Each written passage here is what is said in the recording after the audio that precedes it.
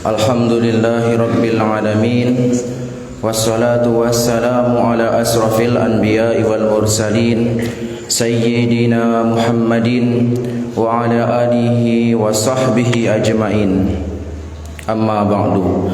Rabbi shrah li sadri wa yassir li amri wahlul 'uqdatan min lisani yafqahu qawli.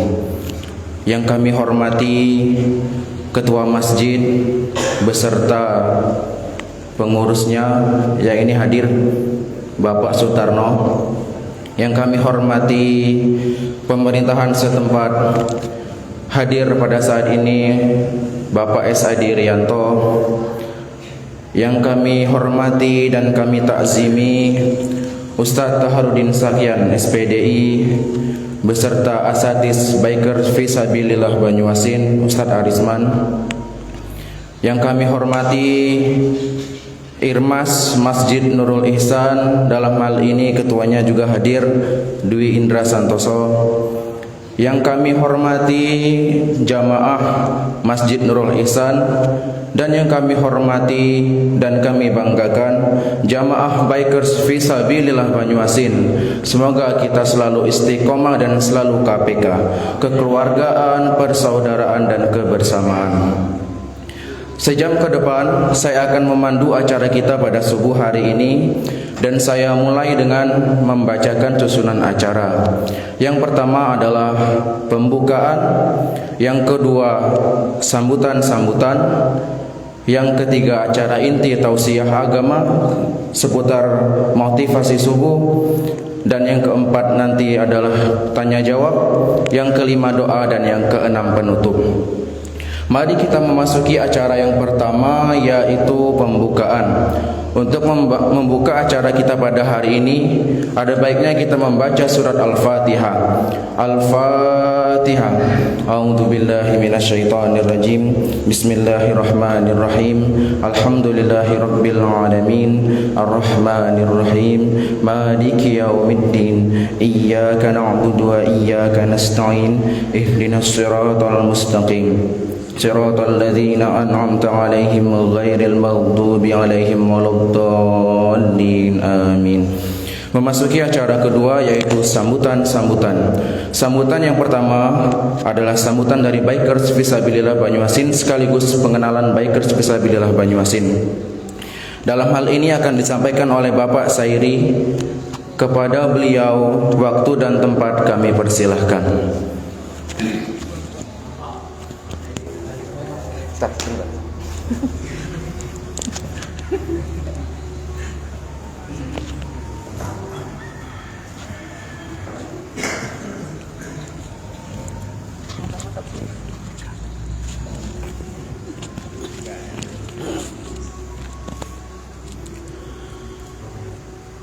Assalamualaikum warahmatullahi wabarakatuh. Alhamdulillahi rabbil alamin. Salatu wassalamu ala asrafil anbiya'i wal mursalin Sayyidina wa maulana Muhammadin, amma ba'du.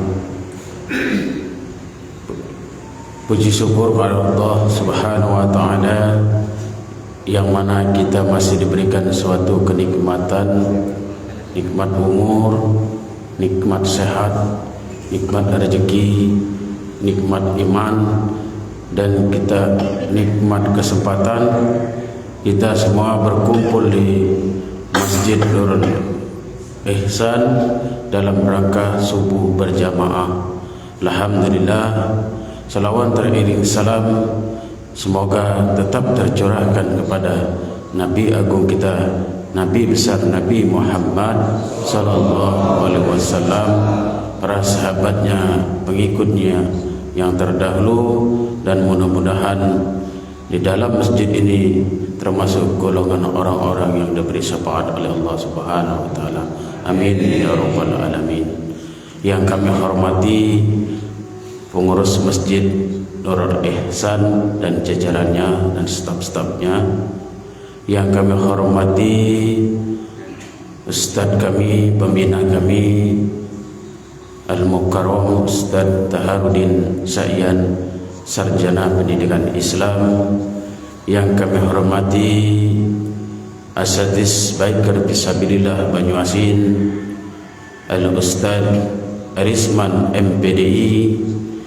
Yang kami hormati kepemerintahan yang di daerah Miling. Mohon maaf tidak pacak aku sebut ke siko-siko karena aku belum tahu, belum kenal di sini taruhlah kan. Cuma Ustadz ini sering ngajar di sini, jadi mungkin Bapak Ibu sudah mengetahui Biker Fisabilillah Banyuasin ini sudah yang keberapa kali subuhan di sini. Alhamdulillah. Nah Pak Bu, cuma sedikit yang nak aku sampaikan dengan bapak-bapak, bahwasannya Biker Fisabilillah ini, selamat datang Ketua Biker Fisabilillah Banyuasin, Bapak Muhammad Wahyudi. Silakan Ustaz masuk. Hai Ustaz, insyaallah.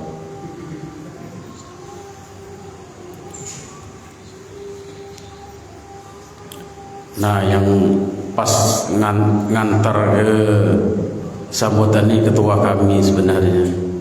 Masya Allah. Cuman dikit nak aku sampaikan dengan bapak-bapak di Nurul Ihsan.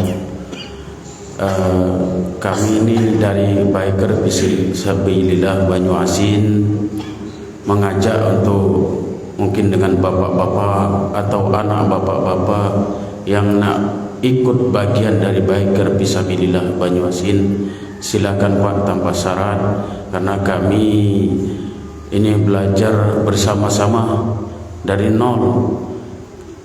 Bahasa aku ni ngaji tu belum pacak nian. Alhamdulillah sejak melok Biker Fisabilillah ini pacak ngaji Pak, pacak cara solat benar dengan baik Pak, baca belajar doa-doa. Alhamdulillah sejak Melo Ustaz Tahar dibimbing dan dibinanya doa-doa untuk kematian aku, alhamdulillah belajar lancar, alhamdulillah Pak. Jadi bapak-bapak atau anak bapak yang nak bagian dari Biker Fisabilillah Pak, silakan Pak tanpa syarat. Kami tidak dipungut biaya Pak. Kami cuma nak ngajak bapak-bapak, anak bapak-bapak, kalau pacak kita semua melo masuk surga bersama-sama. Amin ya rabbal alamin. Mungkin itu saja Pak yang dapat kami sampaikan. Mohon maaf Pak kedatangan kami ini, karena kami ini banyak rombongan Pak. Mungkin dari pengusaha-pengusaha banyak yang dari kantor-kantor, yang dari jualan, dagang, macam-macam Pak. Dari kreditan, artis di sini ada Pak. Yang paling muda di sini ada Pak. Tuh yang nganggut-nganggut paling muda itu. Nah, jadi banyak macam Pak di sini Pak. Ada toko-toko mebel, ada toko pengusaha. Pak Bernai, mana Pak Bernai? Ada pengusaha ini. Nah itu ini dari pemerintahan itu. Jadi kalau ada keluhan Pak pacak ditanya dengan beliau. Masya Allah, Oman. Jadi mohon maaf Pak kedatangan kami ini mungkin ada salah hilaf kan, karena kami ini rombongan banyak. Mungkin ini separuh mungkin, karena yang lain tuh mungkin kesiangan atau lupa sahur atau mana kan, jadi belum sempat nak melok kami ke sini kan. Jadi itu saja yang dapat kami sampaikan. Sekali lagi mohon maaf kepada bapak-bapak. Mau sekali lagi pada Allah saya mohon ampun. Billahi taufiq wal hidayah. Wassalamualaikum warahmatullahi wabarakatuh. Terima kasih kepada Bapak Saidi atas kata sambutannya. Kata sambutan kedua kami minta dari Ketua Masjid Nurul Ihsan, yang dalam hal ini langsung dihadiri oleh ketuanya, yaitu Bapak Sutarno, Sarjana Ekonomi. Kepada beliau waktu dan tempat kami persilahkan.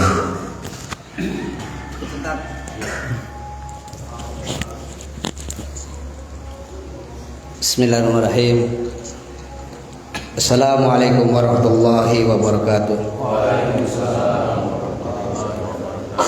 Alhamdulillah. Alhamdulillahirabbil alamin wa bihi nasta'inuhu ala umuri dunya waddin wa ala alihi wa sahbihi ajmain amma ba'du. Bapak-bapak jamaah salat subuh yang dimuliakan oleh Allah, yang pertama adalah kita menjadikan rasa puja dan puji syukur kita kepada Allah Subhanahu wa taala bahwasanya pagi hari ini kita masih diberi barokah, hidayah serta inayahnya sehingga kita masih bisa bersama-sama bersilaturahmi dan sekaligus kita sholat subuh berjamaah di Masjid Nurul Ihsan ini dalam keadaan sehat walafiat. Amin ya rabbal alamin. Kedua kalinya salawat seiring salam mari kita sanjungkan kepada junjungan kita Nabi besar Muhammad sallallahu alaihi wasallam. Allahumma sholli wa sallim wa barik alaihi.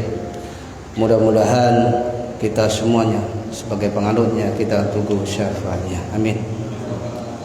Yang selanjutnya alhamdulillah pada pagi hari ini kita masih dipertemukan oleh Allah Subhanahu wa taala di ruangan Masjid Nurul Ihsan ini.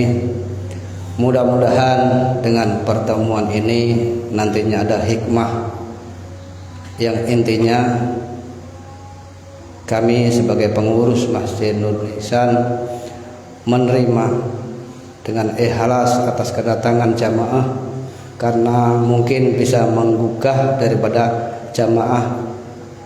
Maksudnya menggugah ini adalah menggugah di dalam hatinya. Kalau menggugah tidur itu wallahu a'lam. Yang penting karena jamaah Masjid Nurul Ihsan ya inilah adanya. Karena ditambah daripada baikes ini lebih banyak lagi. Alhamdulillah. Selanjutnya mohon maaf juga kepada kelompok baikes bahwasanya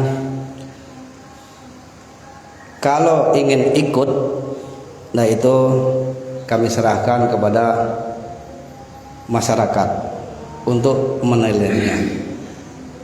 Kelompok-kelompok yang seperti ini intinya adalah semuanya akan membentuk akhlakul karimah. Mudah-mudahan dengan dibentuk dari pembentukan persatuan apa saja, intinya adalah semua akan mengajak kepada kebaikan.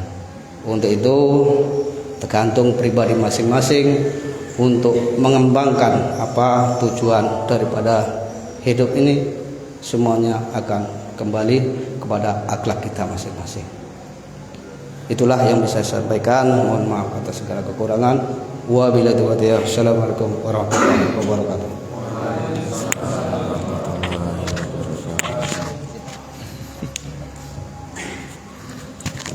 Terima kasih kepada Ketua Masjid Nurul Ihsan telah menyampaikan kata sambutannya.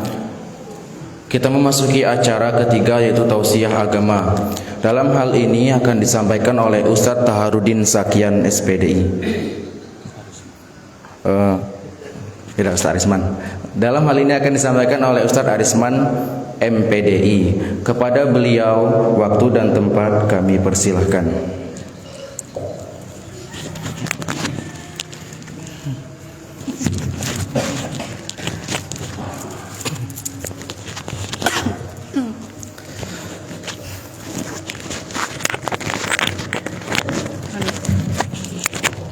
Bismillahirrahmanirrahim. Assalamualaikum warahmatullahi wabarakatuh. Waalaikumsalam warahmatullahi wabarakatuh. Yang kami hormati pengurus Masjid Nurul Ihsan ya, beserta jajarannya, yang kami hormati juga, yang kami ta'azimi guru kami Ustadz Taharudin Sayan, sarjana pendidikan Islam.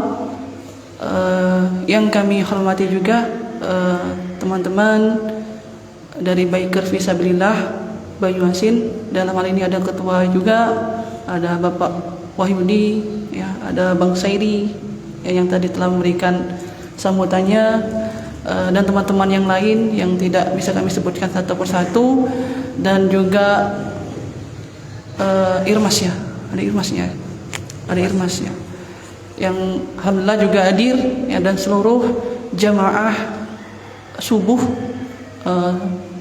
di Masjid Nurul Ihsan ini yang insyaallah kita sama-sama berdoa mudah-mudahan kita semua mendapatkan rahmat berkah dari Allah Subhanahu wa taala. Amin ya rabbal alamin. Syukur alhamdulillah hadirin sekalian, hari ini kita sudah memasuki Ramadan yang ke-8 ya. 8 alhamdulillah. Rasa-rasanya enggak terasa tiba-tiba sudah Ramadan ke-8. Perasaan kemarin baru pertama ya. Ya inilah waktu ya hadirin sekalian. Ya alhamdulillah ya. Jadi ini merupakan suatu hal yang patut kita syukuri ya. Sampai sekarang ini kita masih diberikan nikmat kesehatan oleh Allah Subhanahu wa taala. Mudah-mudahan kita selalu diberikan kesehatan oleh Allah sampai nanti dan seterusnya bertemu dengan Ramadan berikutnya bersama dengan orang-orang yang kasihi, bersama dengan orang-orang yang cintai ya, dan nanti semuanya kita mendapatkan berkah dari Allah Subhanahu wa taala. Amin ya rabbal alamin. Salawat dan salam marilah kita haturkan kepada junjungan kita Nabi besar Nabi Muhammad sallallahu alaihi wasallam ya. Mudah-mudahan dengan kita meneladani akhlak Rasulullah kita akan mendapatkan syafaatnya di hari akhirat kelak. Amin ya rabbal alamin. Hadirin jemaah subuh yang insyaallah dirahmati oleh Allah Subhanahu wa taala, tidak banyak yang ingin kami sampaikan. Mudah-mudahan nanti apa yang kami sampaikan ini bisa bermanfaat untuk kita semua. Amin ya rabbal alamin. Mengutip dari pesannya Imam Al-Ghazali. Ada Mang Rojali di sini? Nggak ada ya? Belum ada. Ya. Ya, mengutip pesan dari Imam Al-Ghazali dalam kitabnya Ihya Ulumuddin, bahwasanya beliau memberikan pesan ya. Ada 6 pesan yang disampaikan kepada murid-muridnya. Yang ini bisa jadi pelajaran bagi kita semua. Apa pesan yang pertama? Yang pertama, kata beliau, apa yang paling dekat dalam kehidupan kita?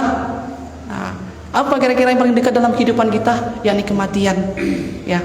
Yang pertama adalah pesan beliau bahwasanya yang paling dekat dalam kehidupan kita adalah kematian. Hadirin sekalian, kalau kita berbicara masalah kematian, ya kan, baik kecil, baik besar, kaya, miskin, biasa-biasa saja, mau yang cantik, ganteng, tidak cantik, tidak ganteng, apalagi yang jomblo misalnya itu kan, langsung ekspresi dia.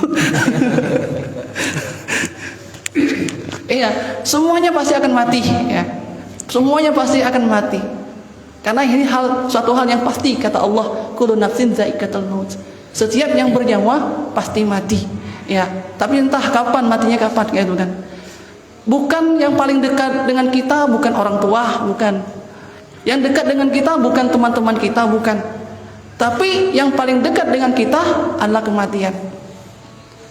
Nah, ini menjadi pelajaran bagi kita hadirin sekalian, bahwasanya dalam menghadapi kematian pasti kita harus mempunyai bekal. Ya.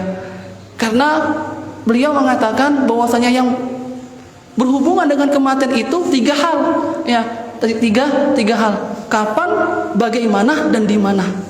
Kapan kita matinya? Kita tidak tahu. Ya Pak ya. Kita tidak jamin 5 menit kemudian kita akan sampai apa enggak nyawa kita. Apakah sore nanti, kita enggak tahu. Ini merupakan rahasia Allah. Apakah malam nanti, apa besok? Nah, ini yang menjadi pelajaran bagi kita. Kapanpun dan dimanapun kita harus siap-siap untuk menghadapi yang namanya ajal. Tidak pandang bulu, ya. Tidak pandang bulu. Jangan mentang-mentang dia tua, sudah pantas. Belum tentu. Ya, kita tidak menjamin nyawa seseorang. Ya. Itu kapan dan bagaimana? Bagaimana cara matinya? Ya, apa matinya itu dalam keadaan husnul khotimah atau su'ul khotimah? Pasti semuanya ingin mati dalam keadaan husnul khotimah. Saya kira tidak ada yang mau mati dalam jelek. Semuanya pasti mau mati dalam kebaikan. Ya. Kemudian di mana? Nah, di mana matinya? Itu kan? Kapan, bagaimana, dan di mana? Jangan-jangan matinya di kafe lagi nengguk miras misalnya kayak itu kan? Astagfirullahaladzim. Iya, kita tidak tahu ya. Makanya ya kita berdoa kepada Allah agar kita dimatikan oleh Allah, diwafatkan oleh Allah dalam keadaan husnul khotimah. Ini sudah sering kami sampaikan kepada teman-teman bikers bahwasanya untuk melihat seseorang itu baik atau tidak, lihat di endingnya, lihat di akhir hayatnya. Kalau sekarang kita kalau ditanya semuanya baik, orang pakai sorban, di akhirnya belum tentu baik. Kita nggak tahu. Siapa tahu nanti Allah membalikan hatinya. Ini rahasia Allah. Ada orang yang mungkin selama hidupnya dia berbuat maksiat, tapi ketika Allah memberikan dia hidayah, bisa jadi dia akan menjadi lebih mulia. Nah, oleh karena itu, ya kita hanya berdoa kepada Allah agar Allah mengistiqomahkan kita dalam hal kebaikan. Caranya seperti apa? Supaya kita tetap istiqomah selain berdoa, ini salah satu bentuk kita untuk istiqomah dengan selalu mengikuti majelis taklim, ya. Bergabung dengan teman-teman yang bisa membawa kita ke jalan Allah, ya. Nah, ini hadirin sekalian pesan dari Imam Al-Ghazali yang paling dekat dalam kehidupan kita adalah kematian. Hadirin yang insyaallah dirahmati oleh Allah Subhanahu wa taala. Adapun yang kedua, pesan dari Imam Al-Ghazali yakni yang paling jauh. Apa yang paling jauh? Kata beliau, yaitu masa lalu. Baca ada Bang ngejar masa lalu? Tidak bisa kan?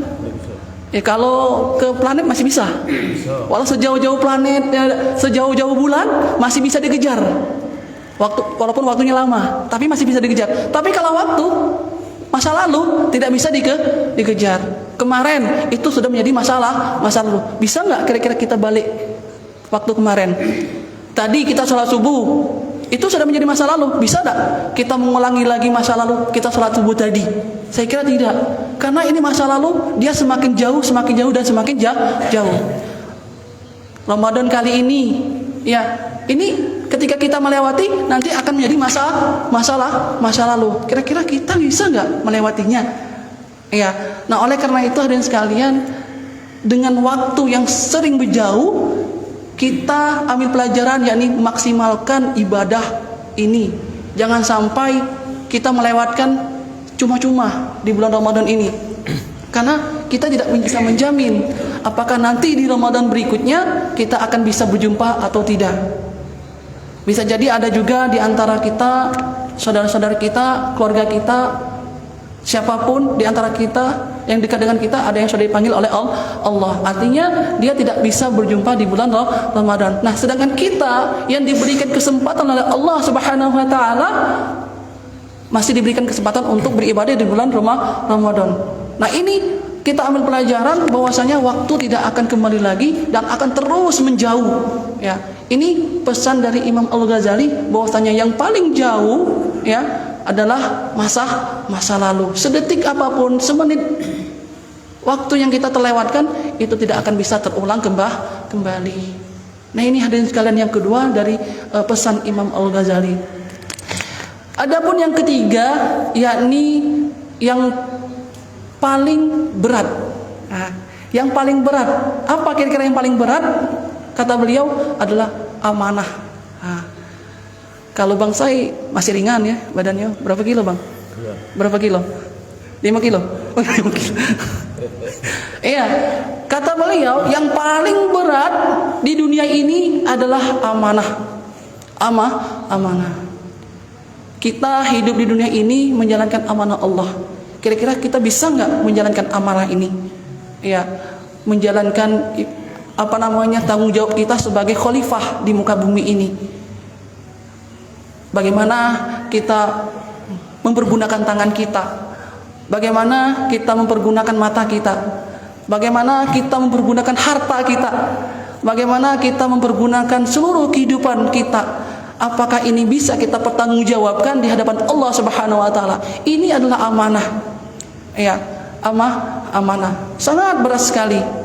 Oleh karena itu, lagi-lagi kita memohon kepada Allah agar Allah memberikan kekuatan kepada kita, agar kita selalu diberikan kekuatan untuk menjalankan amanah dalam kehidupan ini. Nanti semuanya kita diminta pertanggungjawaban, tangan kita, kaki kita, mulut kita, semuanya anggota tubuh kita dan harta-harta kita semuanya akan dimintai pertanggungjawaban. Kemana kita pergunakan? Apakah untuk ibadah, apakah untuk maksiat dan lain sebagainya. Ini hadirin sekalian pesan dari Imam Al-Ghazali yang ketiga, yakni yang paling berat adalah amanah. Hadirin yang insya Allah dirahmati oleh Allah Subhanahu wa taala. Adapun yang keempat ya. Ya, yang keempat apa? Yang paling besar. Yang paling besar di dunia ini apa? Adalah nafsu. Nafsu, kata Imam Al-Ghazali, ya. Yang paling besar adalah nafsu, Bang. Bukan gunung, bukan. Bukan matahari, bukan. Bukan bulan, bukan planet, bukan. Iya. Tapi yang paling besar adalah nafsu. Mengapa? Karena nafsu inilah yang terkadang-kadang menjerumuskan manusia ke lembah maksiat. Nafsu membuat kita terlena. Nafsu terkadang membuat kita hubud dunia, cinta dunia. Ya, akhir-akhirnya lupa untuk beribadah kepada Allah Subhanahu wa taala. Nah, ini hadirin sekalian, bahwasanya nafsu merupakan hal yang terbesar dalam hidup kita yang telah disampaikan, yang telah dipesankan oleh Imam Al-Ghazali. Hadirin yang insyaallah dirahmati oleh Allah Subhanahu wa taala. Adapun yang kelima, kata Imam Al-Ghazali, yang paling ringan di dunia ini, apa kira-kira yang paling ringan di dunia ini? Yaitu meninggalkan sholat. Meninggalkan sholat. Tapi terkadang ada orang yang biasa sudah rutin mengamalkan sholat, ketika dia meninggalkan sholat rasanya berat dia meninggalkan sholat. Tapi ada terkadang orang yang tidak pernah sholat, dia biasa saja ketika ia meninggalkan sholat, ya, ringan sekali. Padahal kita tahu bahwasanya sholat ini merupakan tiang agama. Sholat merupakan amalan yang pertama kali akan dihisab sebelum amalan-amalan yang lain. Iya, itu. Jadi menurut Imam Ghazali, sholat ini merupakan suatu hal yang sangat ringan ditinggalkan. Ya, ini. Oleh karena itu, hadirin sekalian, ya, kita terus berusaha jangan sampai kita meninggalkan ibadah sholat dalam kehidupan kita. Ya, yang 5 wajib harus kita kerjakan. Yang 5 waktu kita kerjakan. Boleh lagi ditambah dengan sunnah. Apalagi di bulan Ramadan ini, ya, kita perbanyak sholat malam, ya, kalau memang mampu, ya. Tapi kalau tidak mampu, ya, yang 5 tadi jangan sampai tinggal. Subuh apalagi paling berat, ya. Subuh, ya, kita tahu sendiri, sholat subuh merupakan sholat yang boleh dikatakan banyak yang dilawan. Ngantuk lah, apalagi bulan puasa ini sudah sahur, ngantuk dia kan, perutlah kenyang biasanya, tertidur kayak kan, lupa gitu. Nah, oleh karena itu ini pesan Imam Al-Ghazali yang kelima, yaitu sholat. Ya, jangan sampai kita meninggalkan sholat. Dan yang keenam, hadirin sekalian, atau yang terakhir, pesan dari Imam Al-Ghazali, yakni bahwasanya yang paling tajam di dunia ini adalah apa?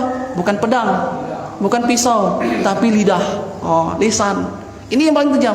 Bukan silet. Silet memang tajam, ya. Setajam-tajam silet, kata apa itu? Setajam-tajam silet. Belum silet tajam, tapi yang paling tajam di dunia ini adalah lidah kita, lisan kita. Terkadang hadirin sekalian, banyak orang bermusuhan, banyak orang salah paham, itu dikarenakan salah ngomong, salah bicara, ya kan? Ada yang benar-benar nyakiti hati wong, ya. Nah, ini yang perlu kita hindari. Yang paling tajam adalah lidah kita. Salamatul insan fi hifdzil lisan. Keselamatan manusia itu terletak pada ucapannya. Ini sudah sering juga kami sampaikan di teman-teman Bikers fisabilillah. Ucapan tidak hanya berupa perkataan, tapi juga berupa bentuk tulisan. Apalagi di zaman sekarang ini, kita zamannya teknologi. Semua orang pasti mempunyai yang namanya sosial media, minimal Facebook. Ya, ada kata-kata yang kita buat di Facebook menyinggung, menyakiti hati orang dengan sindir-sindiran, nyinyir-nyinyiran. Itu juga bentuk perkataan kita, tapi diaplikasikan, dibuat dalam bentuk tulisan. Oleh karena itu, dan sekalian, ya, kita bijak-bijaklah dalam mempergunakan yang namanya media sosial, ya, selanjutnya dengan Facebook. Nah, inilah hadirin sekalian 6 pesan dari Imam Al-Ghazali. Yang pertama tadi apa? Yang paling dekat adalah kematian. Yang kedua apa? Yang paling jauh apa? Masa lalu. Yang ketiga, yang paling berat apa? amanah. Yang keempat, yang paling apa? Yang paling besar nafsu.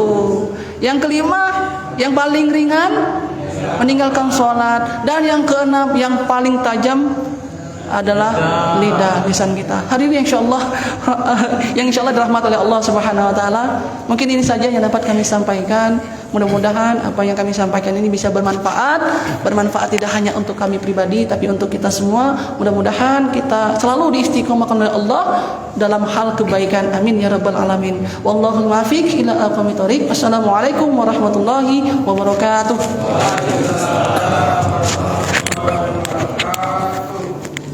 Terima kasih kepada Ustadz Arisman telah menyampaikan tausiahnya, yaitu tadi tentang 6 pesan Imam Al-Ghazali.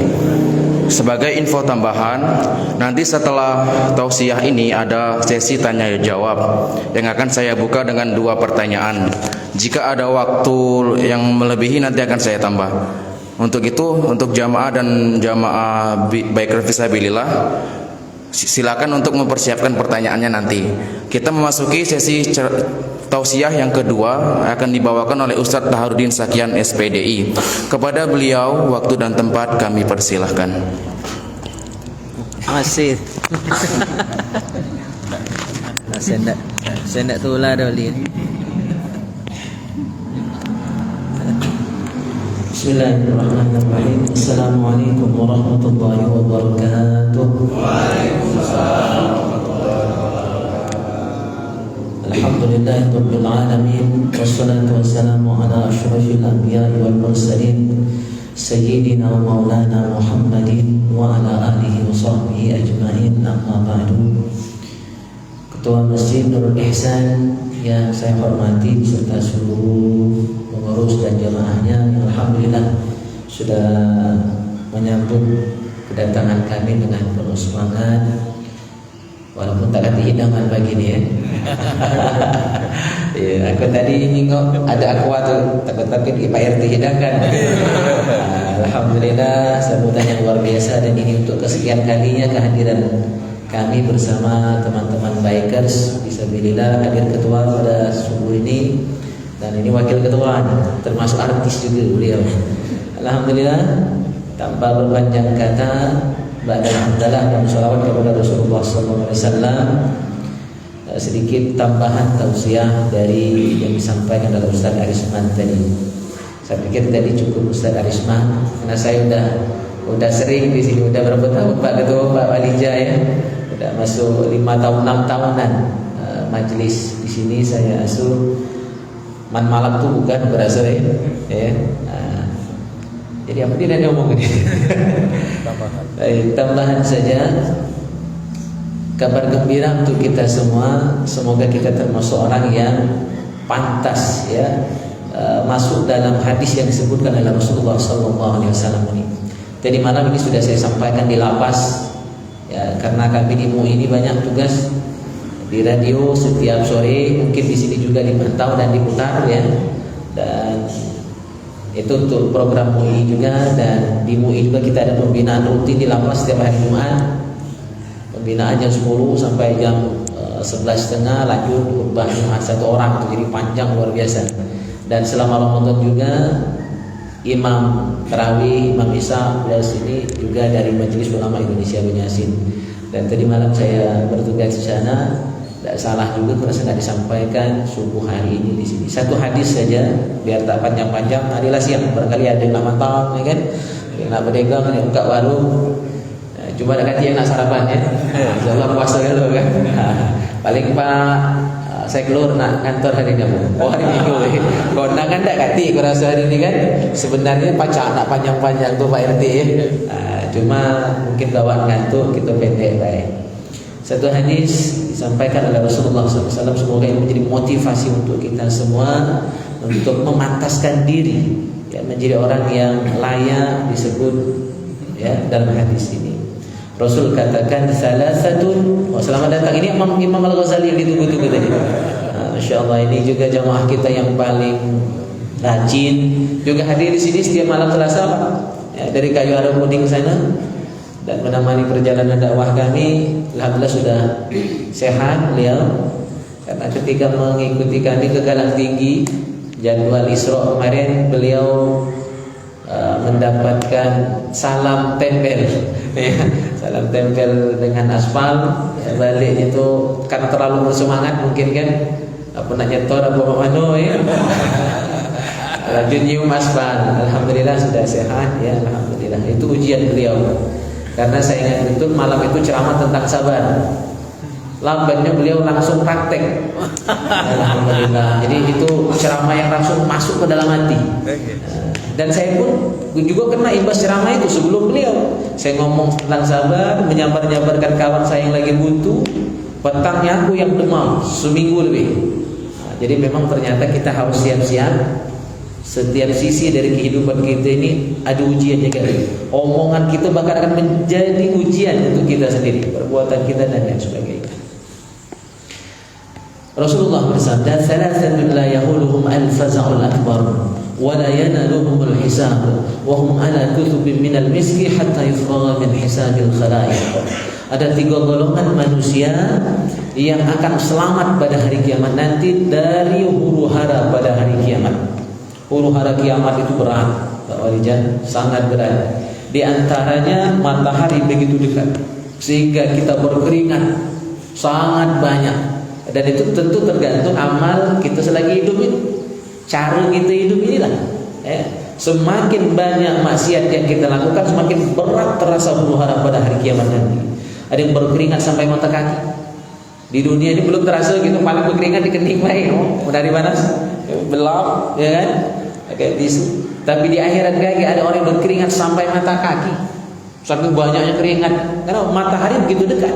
Ada yang berkeringat sampai lututnya, ada yang berkeringat sampai pinggangnya, ada yang berkeringat sampai lehernya, bahkan ada yang tenggelam oleh keringatnya. Dan keringatnya pun masing-masing macam-macam. Ada yang berupa keringat biasa, ada yang keringatnya darah dan nanah. Tergantung amal perbuatannya selama hidup di dunia. Nah, 3 golongan ini selamat.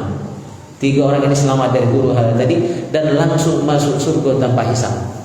Tidak diperiksa lagi, tidak ditanya lagi, langsung. Cuma sebelum masuk surga dia disiapkan tempat khusus. Ala kathibin minal miski hatta yufragha min hisabil khalaiq. Yang lain dihisab, yang lain ditimbang, yang lain dihitung dosanya, salahnya.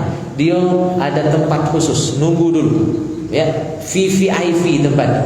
Sebelum masuk surga, sebelum berangkat, nunggu di tempat yang istimewa oleh Allah Subhanahu wa taala. Siapa mereka? 1 dari 3 golongan tadi, rajulun qara'al Qur'an ibtigha'a wajhillah, yang baca ngaji dan ikhlas. Maka tadarusan tiap malam di masjid-masjid, di mushola kita, Pak Syarif ya. Itu bagus, anak-anak kita ulungkan untuk baca Al-Qur'an. Kalau kita tak baca ngaji, tetap wajib berupaya, ya. Dan boleh putus asa. Saya pernah dulu masih di Palembang, orang tua dari dosen saya, Pak Walijan. Anaknya sukses semua. Beliau jualan laki bini di pasar 16, jual makanan. Ada kasat Pol PP. Belum hadir hari ini. Itu ubah-ubahan dengan Pol PP di 16 itu. Biasalah kan, kadang-kadang di ubah-ubahan. Tapi meskipun begitu, beliau sukses. Anaknya seluruhnya jadi sarjana. Bahkan sudah ada yang doktor, ya, dan jadi salah satu dosen saya dulu di IAIN. Tapi karena sibuk mencari uang sampai umur 60 tahun, anak pensiun, dia tidak lagi nak berdagang, anaknya sudah sukses semua, baru nak ngeruatkan agama. Baru waktu itu setahun nak berangkat haji, baru ngundang saya minta bimbing ngajinya, bacaan, sholatnya seluruhnya, dan sampai manasik hajinya. Umur 60 tahun, tidak telat. Ya, belum telat untuk belajar ngaji. Selama hayat masih dikandung badan. Karena beliau tahu, beliau yakin, ya, untuk ibadah itu butuh ilmu. Nah, maka beliau umur 60 baru nak belajar ngaji. Jadi kalau kita di bawah situ tidak telat. Ya, kawan-kawan baik dari fisabilillah, masih muda-muda semua. Ya, tidak ada kata telat untuk belajar selama masih hidup. Orang yang pandai baca Al-Quran, ikhlas karena Allah, masuk surga tanpa hisab. Terus masih yang pertama, warajulan amma qauman wa hum bihi radun. Imam salat yang disenangi makmumnya. Imam salat yang disenangi makmumnya, dicintai makmumnya, juga masuk surga tanpa hisab. Dijamin masuk surga tanpa hisab. Atau hadis ini sering saya pahami secara luas, bukan cuma imam salat. Imam itu kan pemimpin. Berarti setiap pemimpin yang disenangi rakyatnya, bawahannya, anak buahnya, maka dia pun dapat jaminan dari hadis masuk surga tanpa hisab. Pak RT itu luar biasa nih. Di RT aktif, masjid pun aktif, siap jadi imam, khatib. Gara-gara orang Pak RT kan ketua masjid, bendahara, itu kan pemimpin semua, termasuk itu kepala rumah tangga. Yang jomblo memang juga masuk pemimpin, masuk juga yang jomblo pemimpin juga, mimpin diri dewek. Karena kata Nabi, kullukum ra'in wa kullukum mas'ulun an ra'iyati. Setiap kita pemimpin dan setiap pemimpin akan dimintai tanggung jawab. Jadi semua kita pemimpin, yang bujang, yang gadis, yang jomblo itu juga mimpin diri dewek. Yang punya perusahaan berarti pemimpin.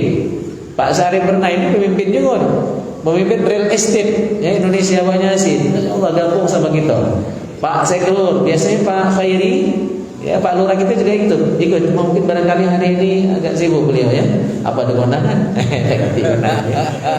Yang jelas siapapun pemimpin, dari yang paling rendah mimpin diri dewek, Pak Ketua mimpin Bikers, sampai pemimpin tertinggi. Kalau di Indonesia kan pemimpin tertinggi presiden. Dari pemimpin paling rendah sampai pemimpin yang tertinggi, kalau dia disenangi rakyatnya, bawahannya, anak buahnya, karena baiknya dia, adilnya dia dalam memimpin, insya Allah masuk surga tanpa hisab. Maka di hadis yang 7 golongan yang dilindungi surga, Pak Sumardi, itu tidak disebut kiai. Terus terang, tidak disebut kiai. Siapa yang disebut nomor 1 masuk surga dan dinaungi surganya Allah? Nomor 1 siapa? Imamun adilun, pemimpin yang adil.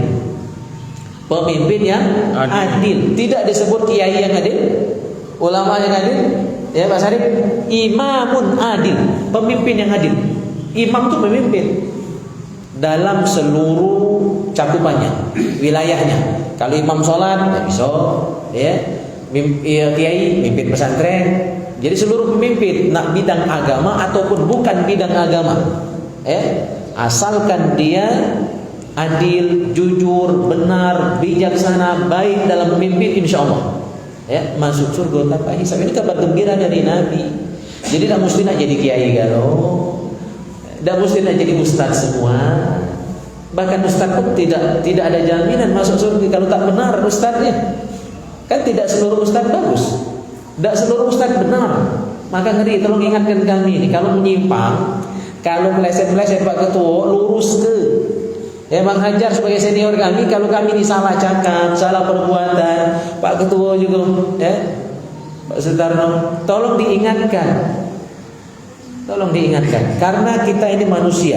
Walaupun ustaz tetap manusia, ada peluang untuk salah. Nah, tapi yang pasti pemimpin dia adil. Tadi disebut dalam hadis masuk surga tanpa hisab. Itu yang pertama. Yang kedua, wanadin ay muadzin yad'u ila salawat ibtigha wajhillah. Muazzin yang mengumandangkan azan ikhlas karena Allah, dia pun dijamin masuk surga tanpa hisab. Nah, nomor 2 ini gampang Pak Suman. Udah. Kalau jadi imam itu haru Pak Walija. Jadi pemimpin itu berat. Gitulah benar masih salah. Apalagi salah. Protes kawan, demo kawan. Berat jadi pemimpin itu. Yang ringan itu muazzin. Muazzin itu paling ringan. Nabu beduk apa lagi, ya kan? Ada sana lagi ada nabu beduk gitu kan. Apalagi bulan puasa dikeliling jam 2. Ada yang kemarah kan asik-asik lah ya. Lagi yang muda-muda nabu beduk gitu. Muazzin ini paling mudah masuk surga tanpa hisab, asal ikhlas. Lagi sekaligus marbot kan, marbot nabu beduk ngempang pula, masya Allah itu banyak bini dari bidadari kayak gitu. Yang terakhir yang masuk surga tanpa hisab, kata Nabi, wa 'abdun ahsana fima bainahu wa baina rabbi wa fima bainahu wa baina mawali. Seorang hamba sahaya, sekarang tak kata lagi hamba sahaya. Berarti makna hadis itu bisa kita konversikan kepada anak buah, anak kapal, dia bukan bos, dia bukan pimpinan. Tetapi walaupun dia hanya anak buah, bahasa kita sini anak kapal, orang suruhan, orang upahan, dia tidak melalaikan tugasnya sebagai hamba Allah. Jadi tugasnya sebagai hamba Allah untuk sholat, puasa, tetap dia kerjakan sesibuk apapun, tak tinggal puasa. Walaupun banyak ngantar ke barang, ngantar ke mebel, ya kan? Mana Toko mebel yang lain maybe itu ada tidak datang ya. Si kok toko mebel cuma hadir hari ini. Pak Ketua tu lah banyak pekerjaan. Sesibuk apapun dia tidak melalaikan tugasnya sebagai hamba Allah. Maka yang bisa menyeimbangkan dunia akhirat, hablum minallah, hablum minan nasnya jalan semua secara beriringan. Inilah yang bakal masuk surga tanpa hisab. Bukan yang sebelah-sebelah, yang cuma dunia saja, begewe siang malam, pantang siang malam, masih budu tu lah. Itu dah masuk hitungan. Atau di masjid baik-baik tak sebalian mencari anak bini nak makan apa akhirnya? Ngandalkan orang tua, ngandalkan mertua, berutang sana sini, gali lubang tutup lubang, salah juga. Atau ada yang lebih parah Pak Sumar, dua-duanya dah, sembahyang dah, pegawai dah, makan nak lemak, tidur nak nyenyak, bini nak melagak yang model ni. Dari mana dapatnya? Yang benar dilaksanakan dua-duanya. Ya, Cak Bang Yaji ada tokek pisang ranu, tu sibuk dia ni. Ya sampai malam. Nambah cabang pula kan? Oh belum nambah cabang masakan, cabang menu sibuk tapi tetap ke masjid, solatnya kan itu. Itu yang benar. Ya. InsyaAllah ya kita mudah-mudahan masuk tiga-tiganya ini, berebut surga nak masuk begitu ya, karena kita memang mudah-mudahan mengamalkan satu hadis yang sudah kami sampaikan tadi. Jadi nomor satu apa tadi? Baca Quran ikhlas karena Allah. Ya, jadi imam yang disenangi makmumnya atau pemimpin yang disenangi rakyatnya, anak buahnya, bawahannya. Yang kedua, muazzin yang ikhlas karena Allah. Yang ketiga, bekerja sesibuk apapun tanpa melalaikan tugasnya sebagai hamba Allah, berimbang antara dunia dan akhirat. Ini yang dijamin masuk surga tanpa hisab. Semoga kita semua diberikan kemudahan dari Allah Subhanahu wa taala untuk mengamalkan hadis ini sehingga melayakkan dan memantaskan kita ya masuk ke dalam surga tanpa dihisab oleh Allah Subhanahu wa taala. Ini saja. Assalamualaikum warahmatullahi wabarakatuh. Waalaikumsalam. Alhamdulillah dua sesi ceramah telah kita dengarkan. Terima kasih kepada Ustaz Harudin telah menyampaikan tausiahnya. Kita masuk ke acara yang keempat yaitu tanya jawab. Kami membuka dua pertanyaan dan kami utamakan kepada jamaah Masjid Nurul Ihsan untuk bertanya. Jika ada yang ingin bertanya silakan ngangkat tangannya, nanti dikasih kesempatan bertanya. Iya, silakan Pak. Waalaikumsalam warahmatullahi wabarakatuh. Antar kami. Kaitannya dengan sedekahnya.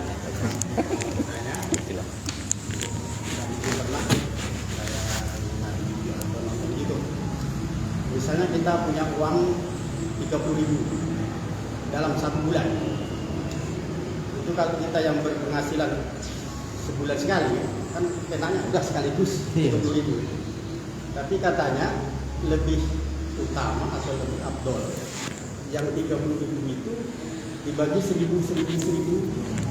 setiap harinya kita masukkan waktu subuh misalnya 1.000 setiap hari, maka ada 1.000 itu pecah lagi jadi 4 kali katanya. Nah itu saya bertanya kebenarannya ataupun alasannya mengapa yang uang 30.000 itu disedekahkan lebih abdol setiap hari daripada sekaligus ya, atau sama-sama 30.000 atau yang berpenghasilan mingguan 7.000 sehari misalnya kan sekaligus seminggu 7.000 kan, tapi katanya lebih abdol disedekahkan setiap hari 1.000. Mohon penjelasannya. Terima kasih. Assalamualaikum warahmatullahi wabarakatuh. Assalamualaikum warahmatullahi wabarakatuh. Baik, pertanyaan pertama akan kami simpan dulu. Saya akan membuka satu pertanyaan lagi. Silakan jika ingin ada yang ingin bertanya. Siapa? Irmas. Dari Irmas nggak ada pertanyaan. Baik, jika tidak ada akan saya alihkan kepada Ustaz Harudin dulu untuk menjawab pertanyaan yang pertama. Kepada Ustaz kami persilakan. Ada Ustaz Arisman. Ya, terima kasih. Walaupun sebenarnya itu kayak cocok logi Pak Walija ya, tapi ada benarnya. Jadi ada dua alasan. Walaupun saya tidak menganjurkan seperti itu sebenarnya. Ya, kalau baca 30.000 itu tiap hari, bukan 30.000 dibuat tiap hari jadi 1.000. Tapi bisa dibenarkan. Yang pertama, ya, bahwa amal terbaik itu adalah adwamuha wa in wajib ngamalkan hadis ini.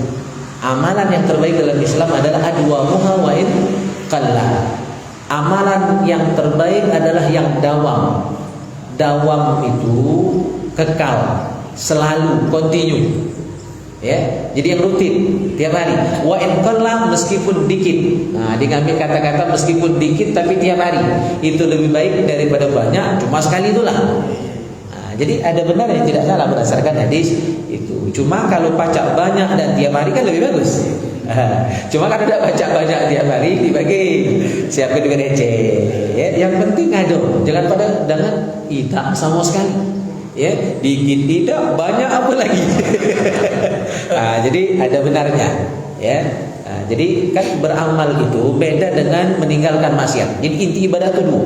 Ya, meninggalkan maksiat dan melakukan taat. Nah, dalam melakukan taat itu semampunya.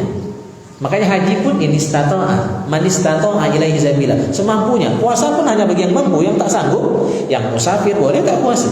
Yang sakit boleh tak puasa, tinggal nanti dikodok atau fidyah, tergantung alasan dia tidak puasa. Ya, tapi itu dalam taat semampunya. Yang tak boleh semampunya itu meninggalkan maksiat, tak boleh.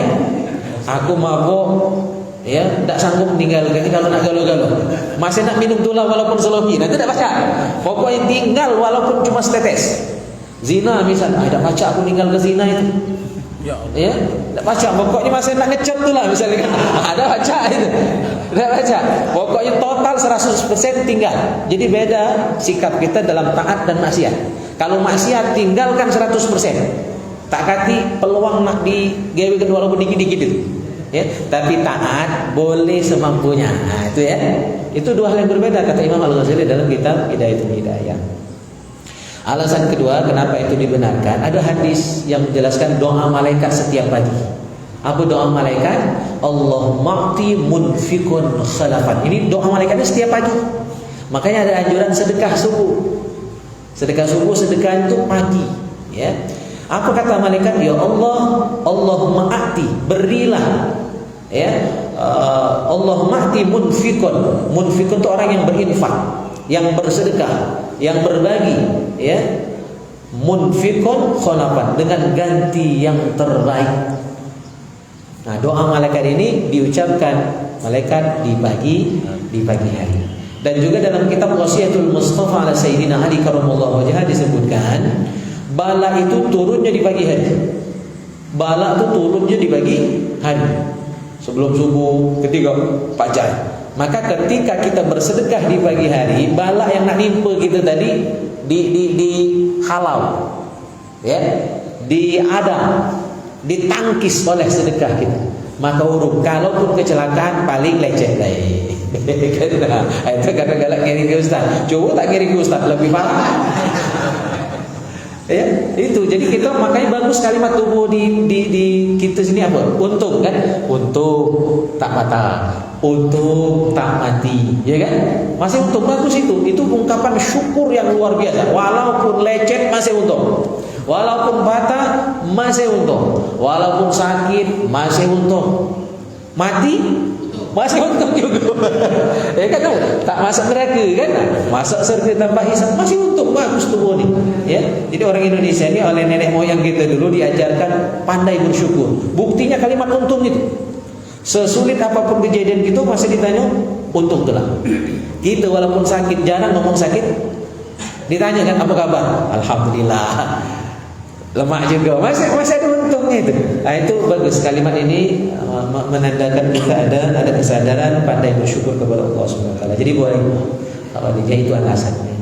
Jadi kalau tidak baca banyak, dikit tiap hari itu lebih bagus. Yang bagus dan luar biasa ini untuk levelnya lain-lain ini, level Pak Ketua, level Pak Sarif, ya kan, level Pak RT.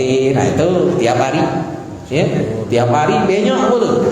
Nah, levelnya Oman karena dia pengusaha sukses juga nih, ya, banyak biduan. Nah itu dia banyak dan tiap hari. Ya, cuma kalau bujang-bujang buntu jangan rehat. Ya, minimal dikit dan tiap hari. Jadi diserahkan kepada kesanggupan kita masing-masing. Sama jawab kata Pak Ketua tadi. Kalau nak ikut baik itu bisa bilang itu kepada hati masing-masing. Milu payu kami tak maksa, ya.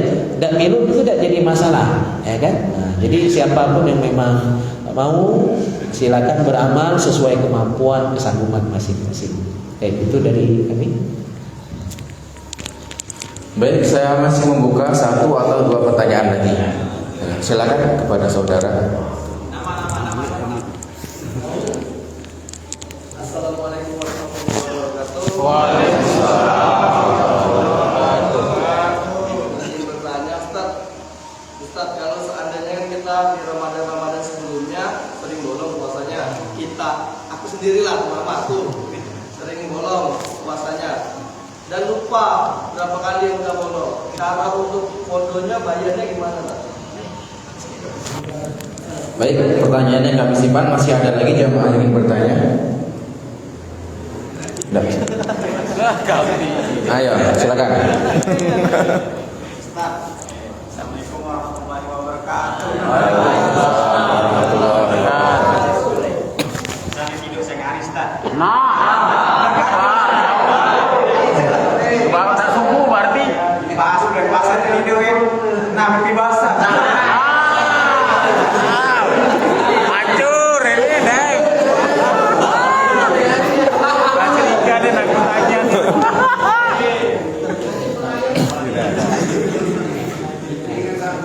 Mana maksudnya tuh? Mimpi basah Ya. di bulan puasa.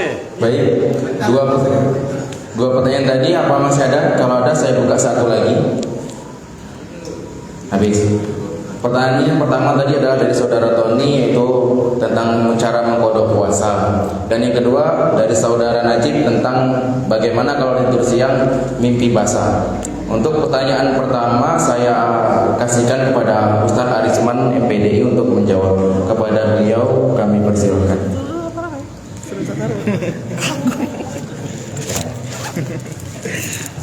Oke, baik. Ya, sebenarnya yang pantas nih Ustaz Tahar yang jawab sebenarnya. Insya Allah kami jawab, nanti insya Allah ditambah oleh beliau. Ya. Jadi pertanyaannya tadi meninggalkan puasa ya. Cuma tidak tahu berapa puasa yang ditinggalkan itu. Nah, cara bodohnya gimana? Ya nah. Ini. Jadi intinya kita ada yang bolong puasa. Intinya ada yang bolong. Dasar pemahaman yang kepahami kita ambil yang sekiranya menurut kita pasti. Menurut sekiranya kita pasti yang kita tinggalkan berapa. Misalnya waktu itu kayaknya lebih 10 deh. Lebih 10 tapi kurang tapi berapa nian kayak itu kan? Ya enggak? Tapi lebih 10 ya itu kan. Lebih 10 saya meninggalkan puasa. Nah, ambillah kira-kira yang melebihi dari 10 itu. Misal 12. Ya, 12. Jadi kita ambil yang kira-kira bisa melampaui perkiraan kita, sehingga kita bisa mengkodonya. Nah, mengkodonya itu boleh setelah bulan Ramadan yang kita jalani.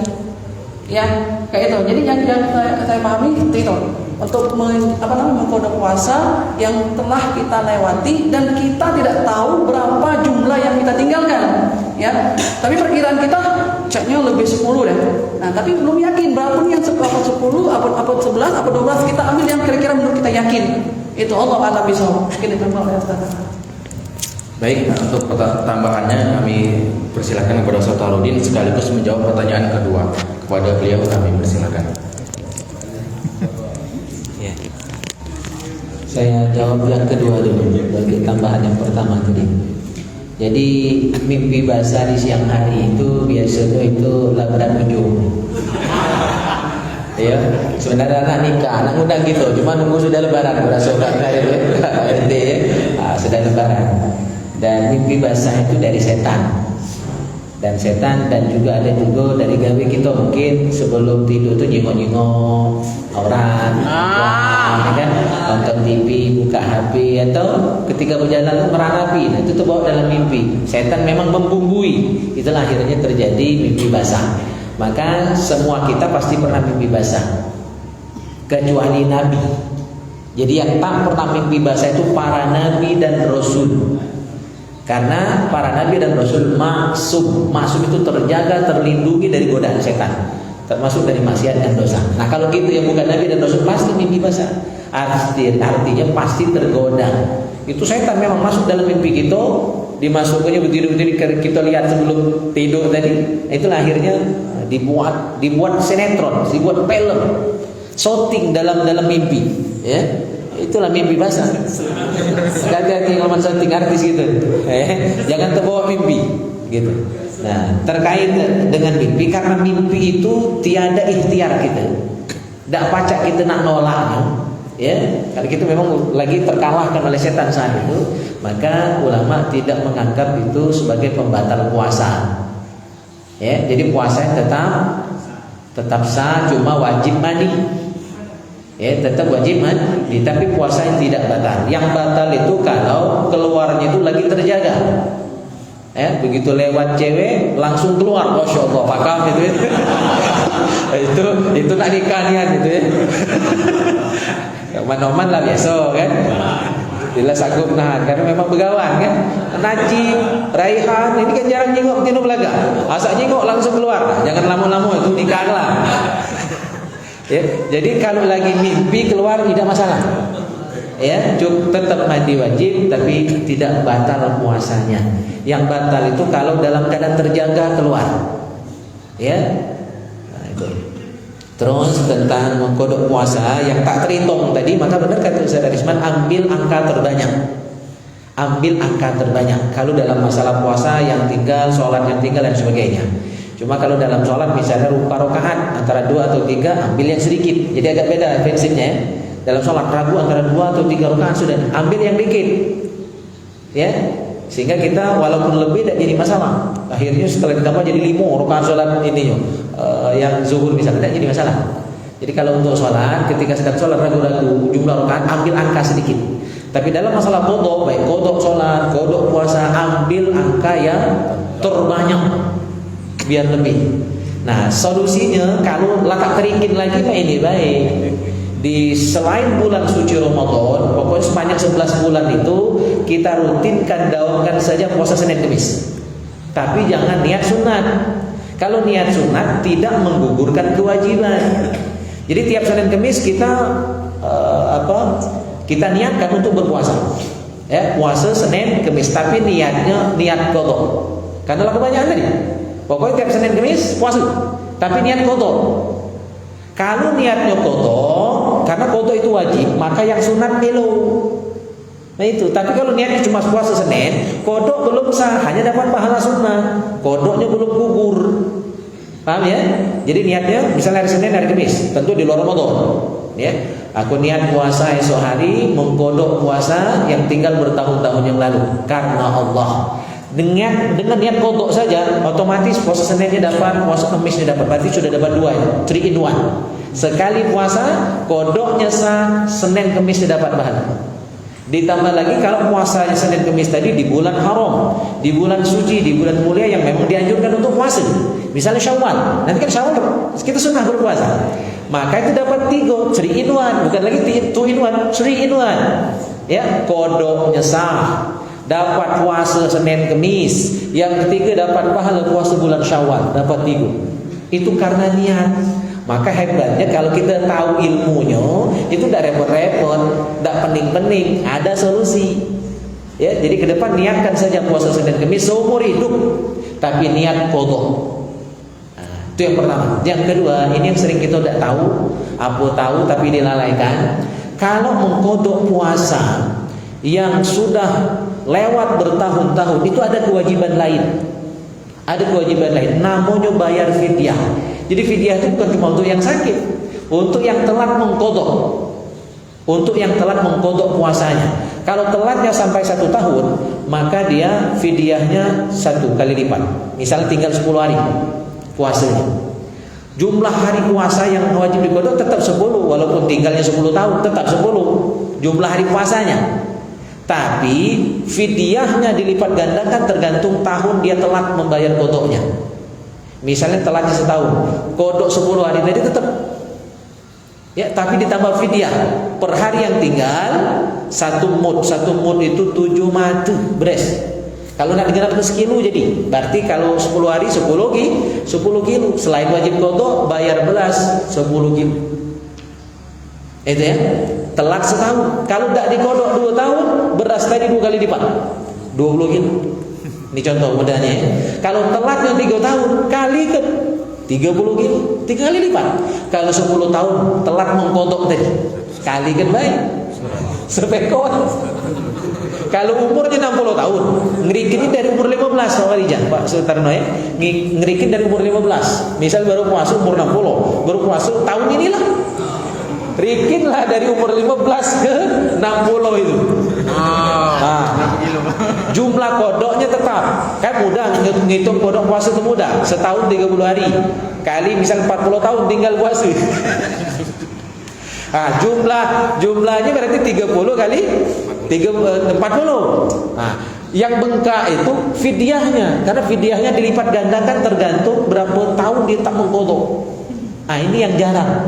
Jadi kalau ini dipraktekkan, banyak aku rasa, banyaklah fidyah daripada fitrah. Hukum ini wallahualam, saya sudah sejak di radio itu 2015 kerjasama MUI dengan radio SIP FM, dan di sini saya pikir sudah diputar terus, sudah sering saya sampaikan. Ya, nah hukum ini harus kita sosialisasikan. Bahwa ketika telat mengqadha itu ada konsekuensi lain, yaitu wajib bayar fidyah per hari yang ditinggalkan tadi. 1 mud. Kira-kira 7 mata boleh digenapkan sekilo, lemak ngerikin ya kan itu. Boleh juga pakai duit dan sebagainya. Itu. Jadi qadha wajib dan plus fidyah kalau telat mengqadhanya. Dan dilipat gandakan sesuai berapa tahun dia tinggal. Ya, maka kalau nak mengqadha itu sebelum masuk Ramadan berikutnya. Kalau sekarang tahun kemarin 3 hari tinggal puasa, tak diqadha. Maka nanti setelah Ramadan 3 hari tadi wajib diqadha, karena sudah telat, maka berarti bayar fidyah untuk 3 hari. Kalau tahun ini tahun kemarin kalau 10 tahun yang lalu juga nah itu yang tadi bayar fidyah juga. Itu nak dirikin dia nih. Besok hitungnya mudah gitu. Umur 15 patokannya sampai umur sekarang. Karena puasa itu tiap tahun, mudah dirikin. Ya, nah, itu jawaban dari kami. Mudah-mudahan bisa dipahami bersama. Baik, saya pikir cukup untuk sesi tanya jawab. Sekarang kita memasuki sesi doa, yang mana kami minta untuk doa ini kepada Pak RT Said Irianto. Kepada beliau waktu dan tempat kami persilakan. Memang hajar. Hantu ya. Ayo ketemu kan.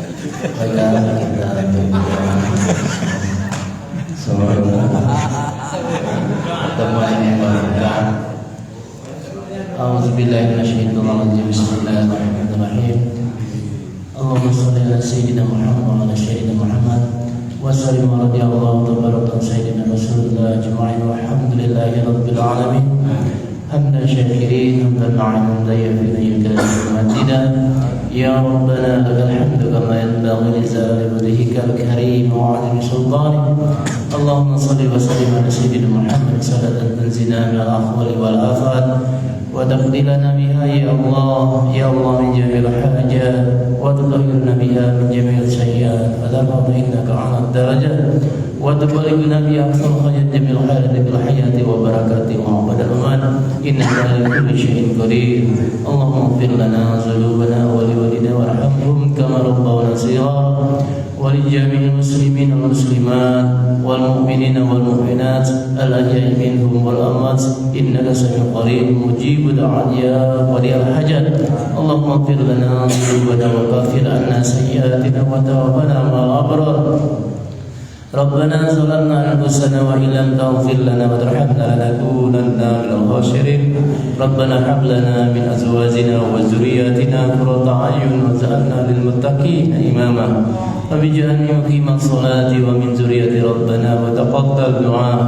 ربنا تقبل منا صلاتنا وصيامنا وقيامنا وركوعنا وسجودنا وعقودنا وتدارعنا وتخشدنا وتعاملنا وتبصيرنا يا الله يا رب العالمين. اللهم أعنا على شكرك وشكرك وحسن عبادتك. اللهم إنا نسألك رضاك والجنة ونعوذ بك من سخطك والنار. اللهم إنك عفو كريم تحب العفو واعف عنا يا كريم. اللهم إنا نسألك سلامة في الدين وعافية في الجسد وزيادة في العلم وبركة في الرزق وتوبة قبل الموت ورحمة عند الموت ومغفرة بعد الموت. اللهم حافظ علينا في شكرات الموت ونزاد من النار ولو عند الحساب.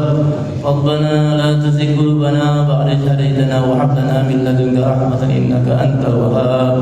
اللهم أعوذ بك من جد البلاء وجد السقاء وسوء القضاء وسمطات الأعداء.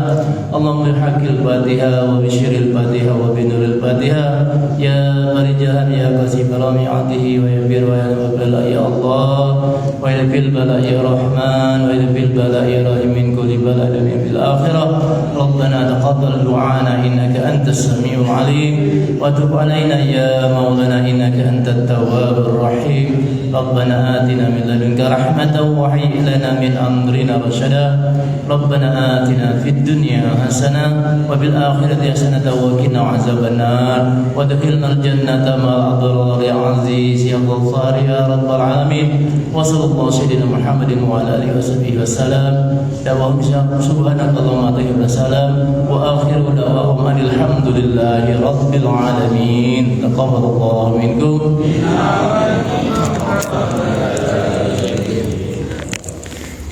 Dengan berakhirnya doa tadi, berakhirlah pula acara kita pada subuh dan pagi hari ini.